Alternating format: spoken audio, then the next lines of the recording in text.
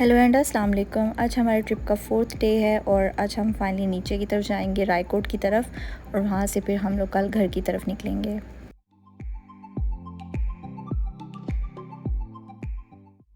अभी सुबह के 11:30 बज रहे हैं और हम अपना ब्रेकफास्ट ख़त्म करके सारा सामान पैक करेंगे और पोर्टर के हाथ नीचे जीप पॉइंट भिजवाएंगे। जब तक सब तैयार होते हैं और अपना सामान पैक करते हैं तब तक आपको थोड़ा सा ड्रोन व्यू दिखाते हैं। ये हमारा होटल है, ये फेरी मेडो कॉटेजेस, और ये नीचे वाले जो कॉटेजेस यहाँ हमने स्टे किया था, ऊपर वाले कॉटेजेस जो हैं ये वाले, ये न्यू बने हैं। वैसे सारे लॉक थे लेकिन ये काफ़ी अच्छे बने हुए हैं और इनकी सारी डिटेल्स मेरे व्लॉग की डिस्क्रिप्शन में मेंशन्ड है।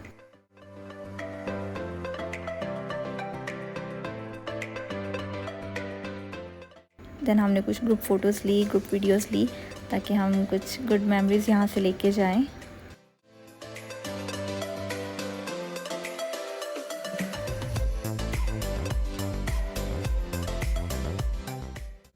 ऑलमोस्ट एक होने वाला है और अब हम नीचे जा रहे हैं, लेकिन नीचे जाने से पहले हम लोग रिफ्लेक्शन पॉन्ड देख के जाएंगे। ये मेन होटल्स के पास ही रास्ता है, वहाँ से रिफ्लेक्शन पॉन्ड आता है। अच्छा, अब रिफ्लेक्शन पॉन्ड जो है बेसिकली व्हाट इज़ रिकमेंडेड कि आप यहाँ सुबह के टाइम जाएं, सनराइज़ के टाइम। उस टाइम पे नांगा पर्वत का बिल्कुल क्लियर व्यू आता है पॉन्ड के, पानी के अंदर रिफ्लेक्शन आती है उसकी। सो अब हम वहाँ जाएंगे। हम तो काफ़ी लेट हैं पर चलते हैं वहाँ। मैंने पहले मेंशन किया था कि हमारा जो होटल है ये 15 मिनट मज़ीद हाइकिंग करके आता है। सो वो जंगल है बेसिकली जो हमने क्रॉस कर लिया सारा, और अब हम ये मेन पॉइंट पे आ गए हैं। इस मेन पॉइंट पे आपको बहुत सारे होटल मिलेंगे, लेकिन मैं आपको रिकमेंड करूँगी कि आप फेरी मेडो कॉटेजेस रहें, क्योंकि एक तो वहाँ से ही सारा रास्ता आता है, प्लस वो बिल्कुल कोने पर है, बहुत पीसफुल है, और वहाँ आपको थोड़े से लोग मिलेंगे जो वहाँ स्टे करे होंगे। पर्टिकुलरली सिर्फ वही लोग उधर मौजूद होंगे। बट येस, आप बाकी रेस्ट जो जितने होटल्स हैं इनका भी यहाँ रेट पता करें, और मे बी ये ज़्यादा एमेनिटीज़ प्रोवाइड करें as compare to that one.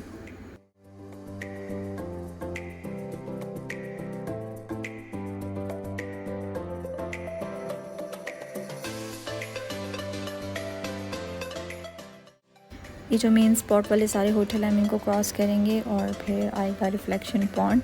खैर, आई वॉज़ हाईली डिसअपॉइंटेड, पर चलें आपको भी दिखा देती हूँ। ये एक छोटा सा पॉन्ड है, बस थोड़ा सा पानी है इसमें, और आप कोई बहुत बड़ी लेक या जो आई नो जो भी इमेजिनेशन होती है हमारी इधर आने से पहले कि कैसी जगह होगी, लाइक जो पॉन्ड के बारे में कि रिफ्लेक्शन पॉन्ड एक बहुत बड़ी सी पॉन्ड होगा और बहुत पानी होगा वहाँ, और काफ़ी बड़ी सी जगह होगी, ऐसा नहीं था। ये एक छोटा सा पॉन्ड बना है।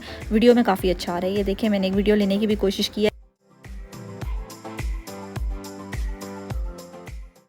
अभी इट्स 1:40 PM और अब हम नीचे की तरफ जाएंगे। जब मैं ऊपर वाली साइड पे आ रही थी, हमने सारी हाइकिंग रात को की थी, जिसके बारे में मैं इतनी ज़्यादा इन्फॉर्मेशन प्रोवाइड नहीं कर सकी थी। सो अब हम ऊपर से नीचे तक की हाइकिंग को थोड़ा सा डिस्कस करेंगे कि कैसे रास्ते आते हैं और आपको लाइक कितनी देर लगती है यहाँ। ये फ़र्स्ट पार्ट है हाइकिंग का। अगर हम ऊपर वाली तरफ से बात करें, ये पार्ट, इस पे काफ़ी एलिवेटेड पाथ था, और लाइक चढ़ते वक्त ऊपर तो आपको काफ़ी मुश्किल होगी, क्योंकि इस पार्ट तक आप बिल्कुल थक चुके होते हो, क्योंकि ये लास्ट पार्ट है। यहाँ से आगे आप फेरी मेडोज़ पहुँचते हैं। लेकिन उतरते वक्त इजी था, लेकिन काफ़ी स्लिपरी था रेत की वजह से और छोटे छोटे पत्थरों की वजह से। बाकी बहुत छोटा सा पाथ है। ये पाथ इतना छोटा था कि अगर आगे से कोई जानवर आता है तो आपको कोई बड़ी सी जगह ढूंढनी पड़ती है ताकि आप साइड पे और वो गुजर जाए यहाँ से। अच्छा, अब इस पाथ पे आपको तकरीबन लगेंगे आधा घंटा हमें लगा नीचे उतरते हुए, लेकिन ऊपर चढ़ते हुए आपको 1 घंटा लगता है। ये हाइकिंग का सेकंड पार्ट है जिसमें जंगल आता है। अच्छा, अब इधर से मल्टीपल रास्ते निकलते हैं और कई जगह बोर्ड भी लगे हुए हैं, तो आपने कहीं मुड़ना नहीं है, आपने इस रास्ते पे बिल्कुल स्ट्रेट चलना है, और जो वुडन जितने भी गेट्स होंगे आपने इनको फॉलो करना है। अब इस बात पे you have to be very careful, क्योंकि यहाँ पत्थर काफ़ी ज़्यादा हैं, तो आपका पाँव ट्विस्ट होने का ख़तरा है यहाँ। 40 मिनट्स में हमारा ये जंगल वाला पार्ट क्लियर हो जाएगा। लाइक नीचे उतरते हुए 40 मिनट्स और ऊपर जाते हुए सेम लाइक 1 घंटा तो लगेगा यहाँ।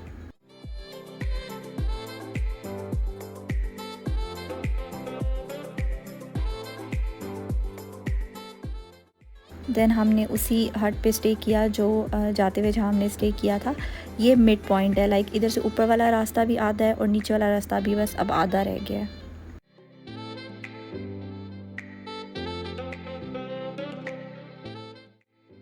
सब मुझसे आगे हैं और वीडियोस बनाने की वजह से मैं सबसे पीछे रह जाती हूँ। ये देखें मुझसे कितना दूर है।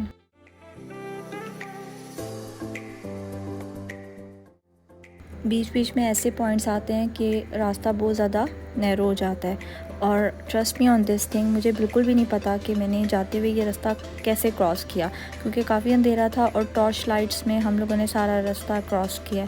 और अभी भी ये देखें, अभी कितना छोटा रास्ता है और ये काफ़ी ख़तरनाक भी है कि अगर बारिश हुई हो, काफ़ी कीचड़, काफ़ी स्लिपी है ये। सो यहाँ you have to be very careful. ये रिमेनिंग जो पार्ट था मिडवे होटल के बाद, ये हमने 1.5 आवर में कंप्लीट कर लिया है। ये जब आपके पास ये वाला गेट आता है तो ये इंडिकेशन है कि आप नीचे की तरफ पहुंच चुके हैं मेन पॉइंट पे। अभी इधर से तकरीबन 15 मिनट आपने और चलना है, जो जी पॉइंट तक आप पहुंचेंगे। हमें तकरीबन 3 घंटे लगे हैं नीचे उतरते हुए और 4.5 घंटे लगे थे ऊपर जाते हुए। उतरना आसान होता है एज़ कम्पेयर टू हाइकिंग करना। सो यू नो ये टफ़ था, ये वाली हाइकिंग काफ़ी टफ़ थी। बयाल कैंप वाली हाइकिंग कुछ भी नहीं थी। देन हम लोग जी पॉइंट पे पहुँचे हैं और यहाँ हम अपना सामान पोर्टर से लिया है हमने। मैंने सेकंड वीडियो में मेंशन किया था कि आपको 150 पर किलो चार्ज करते हैं। हमारा सामान था 60 kg, तो यू नो हमने उनसे बारगेनिंग की, काफ़ी सामान हमारा था तो उन्होंने हमें 100 पर kg चार्ज किया। सो आप ट्राई करें कि अगर आप बारगेनिंग कर सकते हैं तो आप उनको 100 पर kg पे ले आएँ। जीप ड्राइवर को हमने ऑलरेडी कॉल कर दी थी और वो इधर ऊपर पहुंच चुका था जो हमने टाइम बताया था। और अब हम तकरीबन 4:50 हो रहे हैं, हम नीचे की तरफ जा रहे हैं।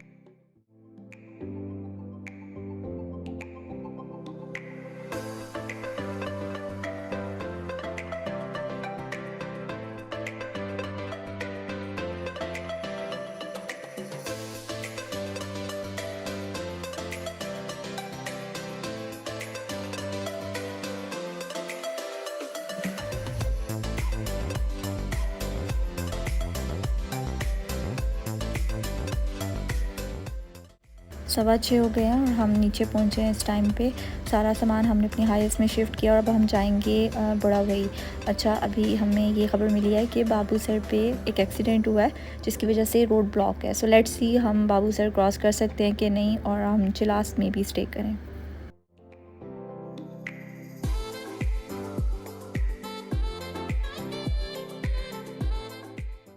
लकी फॉर अस रास्ता ओपन था और यू नो लास्ट टाइम जब मैं इधर से गुजरी थी कन्वॉय सिस्टम था, इस दफ़ा ऐसा कुछ भी नहीं था।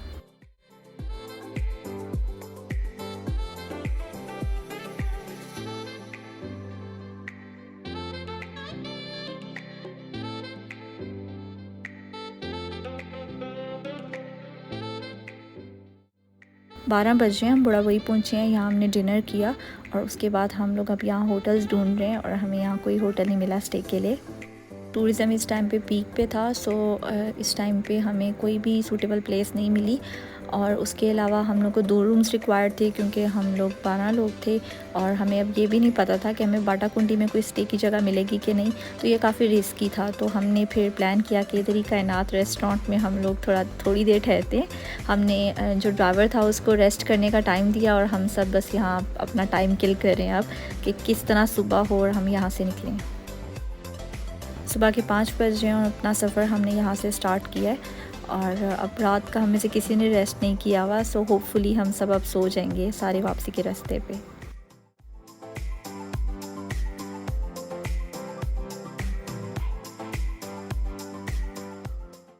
किवाई में हमने थोड़ी देर स्टे किया। यहाँ हम लोगों ने चाय पी, चेरीज़ खाई और उसके बाद फिर हमने दोबारा अपना सफ़र यहाँ से कंटिन्यू किया।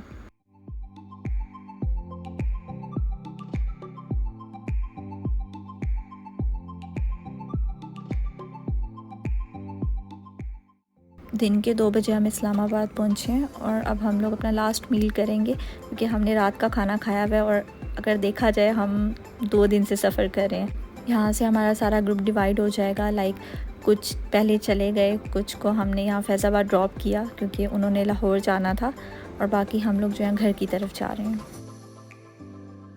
जब भी मैं ट्रैवल व्लॉग बनाती हूँ तो मैं कोशिश करती हूँ कि मैं ज़्यादा से ज़्यादा इन्फॉर्मेशन प्रोवाइड करूँ, लेकिन यू नो वीडियोस के टाइम शॉर्ट होने की वजह से ज़्यादातर इन्फॉर्मेशन मैं डिस्क्रिप्शन में ऐड कर देती हूँ।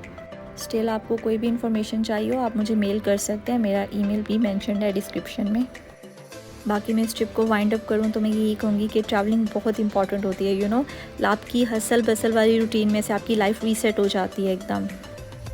मैं इस ट्रिप को समराइज़ करूँ तो मैं ये कहूँगी कि फेरी मेडोज़ का ट्रिप वर्थ इट है। आप लाजमी जाएं, आप यंग हैं तो लाजमी जाएं, आगे आप पता नहीं जा सकें ना सकें। हमें ये दुख है कि हम लोग नांगा पर्वत बेस कैंप तक नहीं गए। बाकी मुझे दुआ में याद रखिएगा and keep supporting me guys, ताकि मैं आप लोगों के लिए बहुत सारे व्लॉग्स बनाऊँ। एंड तब तक के लिए अल्लाह हाफिज़।